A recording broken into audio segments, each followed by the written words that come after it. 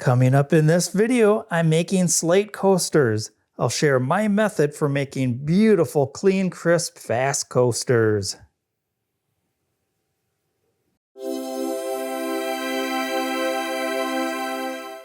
Hi everyone, welcome to the Laser channel where we learn, create, and share. My name is Greg, and today in the Laser studio, it's a work day, and I thought I would share my process with all of you. I'm going to be making a number of square coasters, round coasters, and all the work is going to be done on a MOPA laser, specifically the GA 100 watt by Monport. The first thing I'm going to do is go into the computer and start prepping my artwork before I send it out to the laser machine.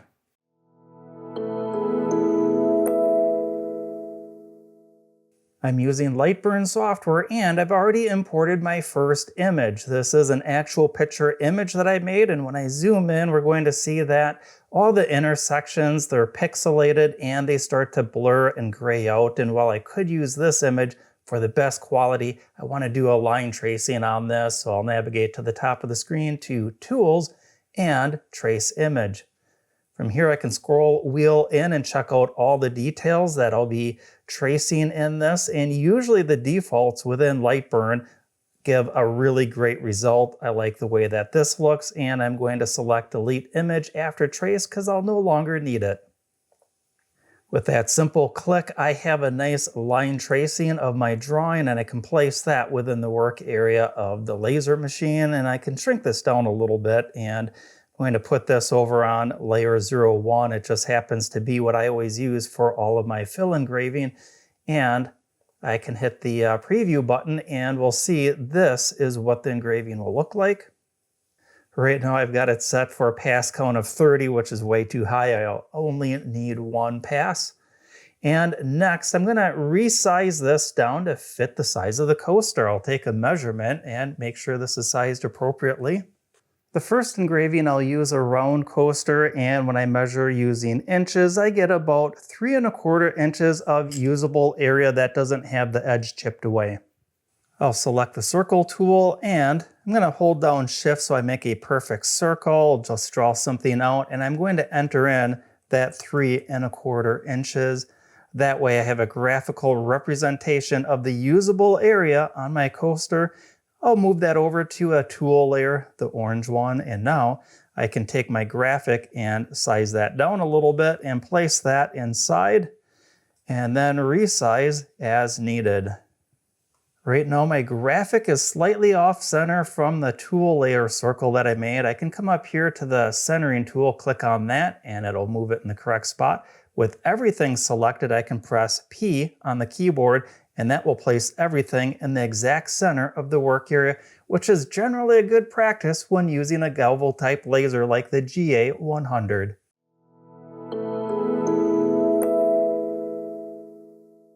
The settings that I'll be using for the engraving are going to be dependent on how the coaster is going to be used. Is it going to be decorative or is it going to be functional? This one's going to be functional, which means it's not going to have any spray coatings on it to kind of bring out the engraving. So I'm going to be doing a double engraving on here with 2 different settings. Let's jump back into Lightburn and find out what those settings are. I'll double click my layer here and let's type in some of the settings. The speed is going to be 1000 millimeters per second. The frequency at 60 kilohertz. The maximum power is going to be 65%. Q pulse of 200. The lines per inch is going to be set at 500. And we're going to be doing a crosshatch at 45 degrees. And we're going to fill in all shapes at once. For the second layer, I'm going to highlight my graphic and Control D to duplicate that exactly in the same spot as the first image is. And now I can click on a different layer, let's say 03, the green layer, and let's open that up and put some settings in here. This setting is going to bring out the white color of the engraving on the slate. I'll slow the speed down to 850 millimeters per second. The frequency is going to be much higher at 120 kilohertz. The maximum power, 50%. Q pulse remains at 200. Crosshatch is going to be on. The lines per inch is going to be slightly higher. and the scan angle is going to be 0 degrees. We're going to fill all shapes at once. I'm just going to slide this layer underneath the first blue layer. I'm going to just make sure that each pass count is 1. I only need to do 1 pass on each of the layers. The first layer is going to be the power layer where I'm actually engraving into the slate. It's going to give it a nice tactile feel to it. The second layer at that higher frequency is going to bring out the white color that we can get with the engraving when using a MOPA laser. My image is all set up, I've got the perfect settings, and now it's time to move on to the laser machine and get it set up and in focus.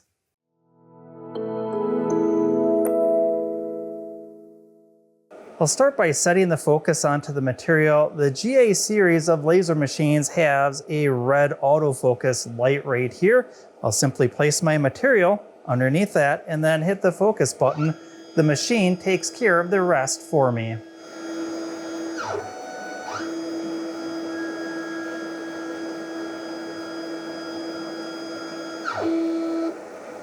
I just love the autofocus on this laser machine. Next up, I'm going to get this positioned in the correct area.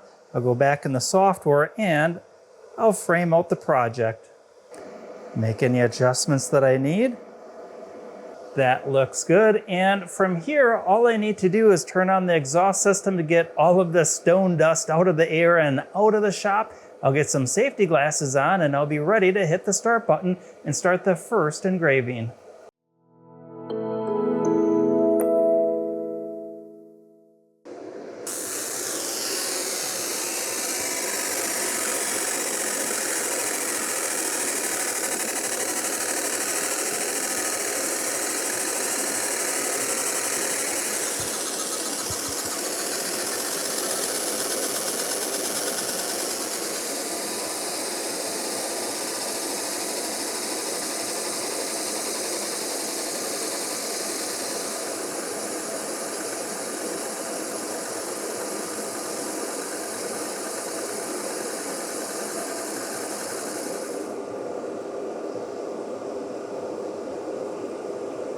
This looks great, and the total engraving time was just under 5 minutes, and this definitely dug into that slate and it's got a nice feel to it. This is my process for getting great consistent results when making coasters. I've got a bunch more of these to make because the holiday seasons are right around the corner. I'm going to do the same thing as I did before, import an image into the computer, do that line tracing. I'm going to use the same 2 engraving layers as I did on this first one to get these great results for the rest of the coasters. So rather than show you all the computer work that we already took a look at, I think I'll put together a nice video montage of the rest of the artwork being engraved on the other coasters. So sit back, relax, and enjoy the show.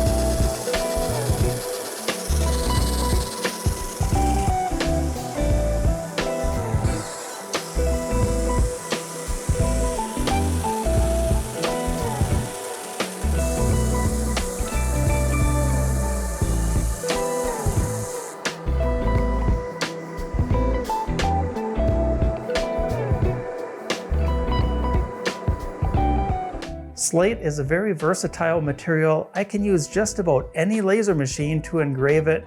This video I used a high-powered MOPA laser, but I could easily do this project using a CO2 laser or even a blue laser diode machine.